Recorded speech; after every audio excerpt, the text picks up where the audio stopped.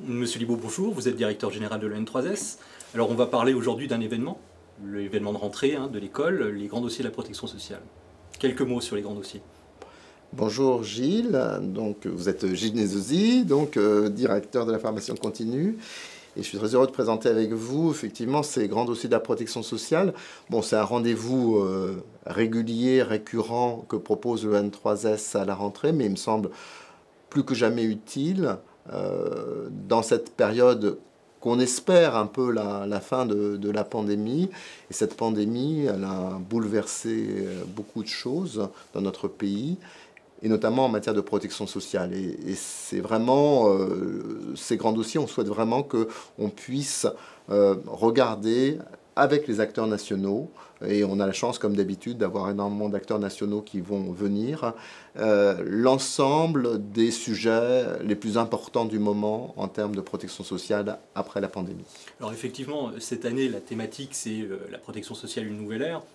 Donc effectivement, on est dans la perspective justement de sortir de cette crise. Quels sont pour vous les éléments saillants qui vont d'ailleurs donner lieu à toute cette semaine d'intervention ?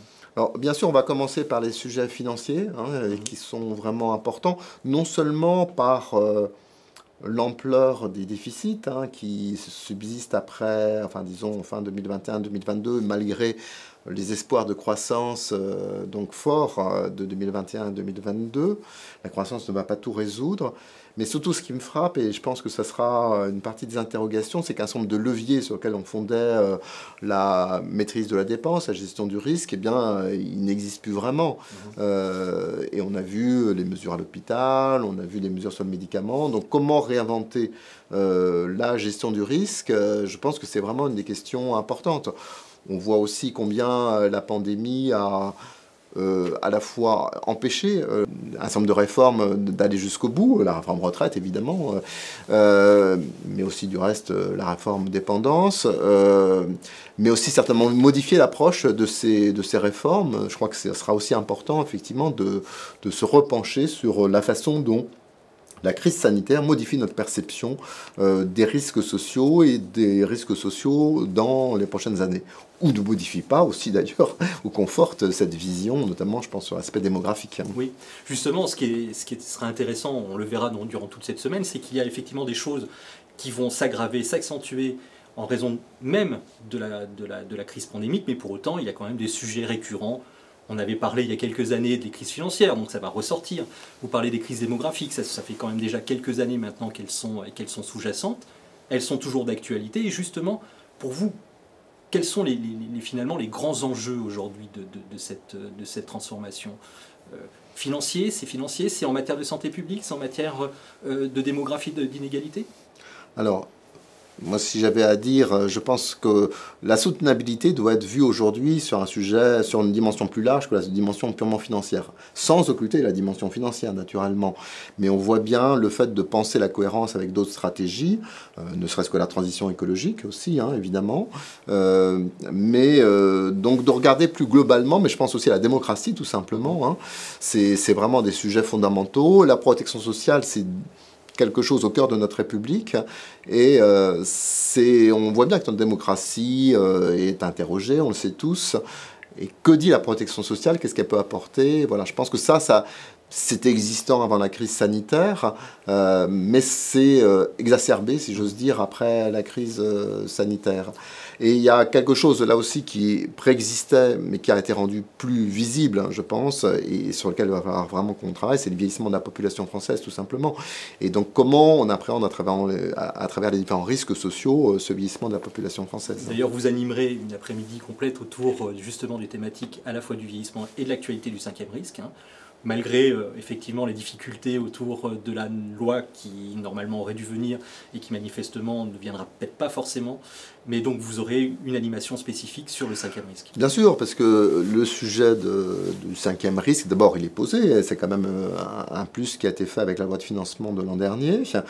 Il y aura des mesures à nouveau dans le PLFSS et des mesures à mon sens un peu significatives dans le PLFSS de cette année sur le sujet, et puis de toute façon oui, c'est un enjeu fondamental fondamentale pour l'ensemble de la société française.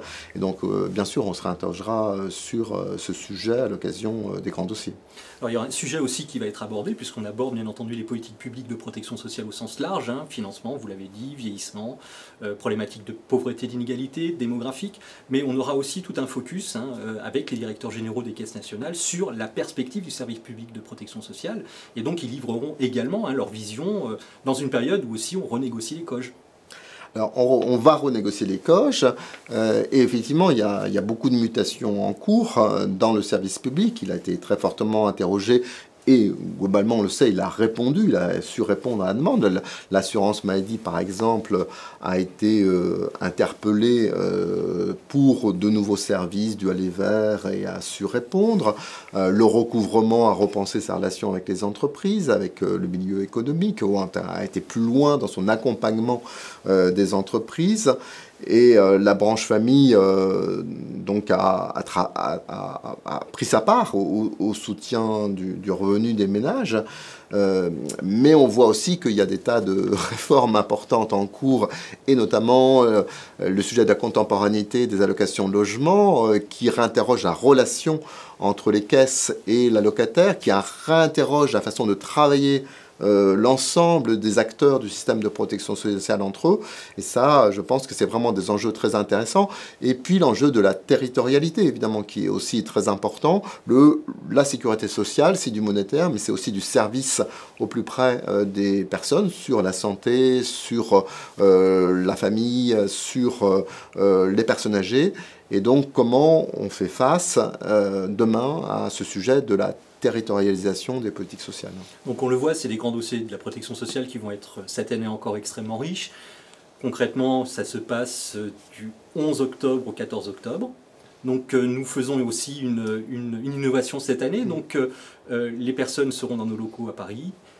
On retransmettra tout et vous pourrez les voir de chez vous, sur plateforme Teams, soit en direct, soit en replay. Donc n'hésitez pas à vous inscrire. Les inscriptions sont d'ores et déjà ouvertes et elles sont tout à fait possible jusqu'au dernier moment. Donc inscrivez-vous.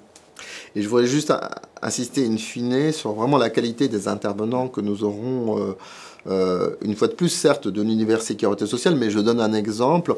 On aura une table ronde avec 2 anciens directeurs généraux de la santé, William Dab et Didier Houssin, sur les leçons de la crise sanitaire. Je pense que ce sera très intéressant. Eh bien, inscrivez-vous et donc à très bientôt.